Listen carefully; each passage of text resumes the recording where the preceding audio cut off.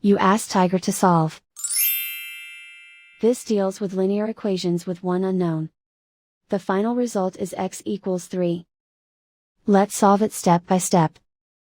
Simplify the expression. Simplify the arithmetic. Isolate the x. Divide both sides by -5. Cancel out the negatives. Simplify the fraction. Cancel out the negatives. Find the greatest common factor of the numerator and denominator. Factor out and cancel the greatest common factor. And so the final result is x equals 3.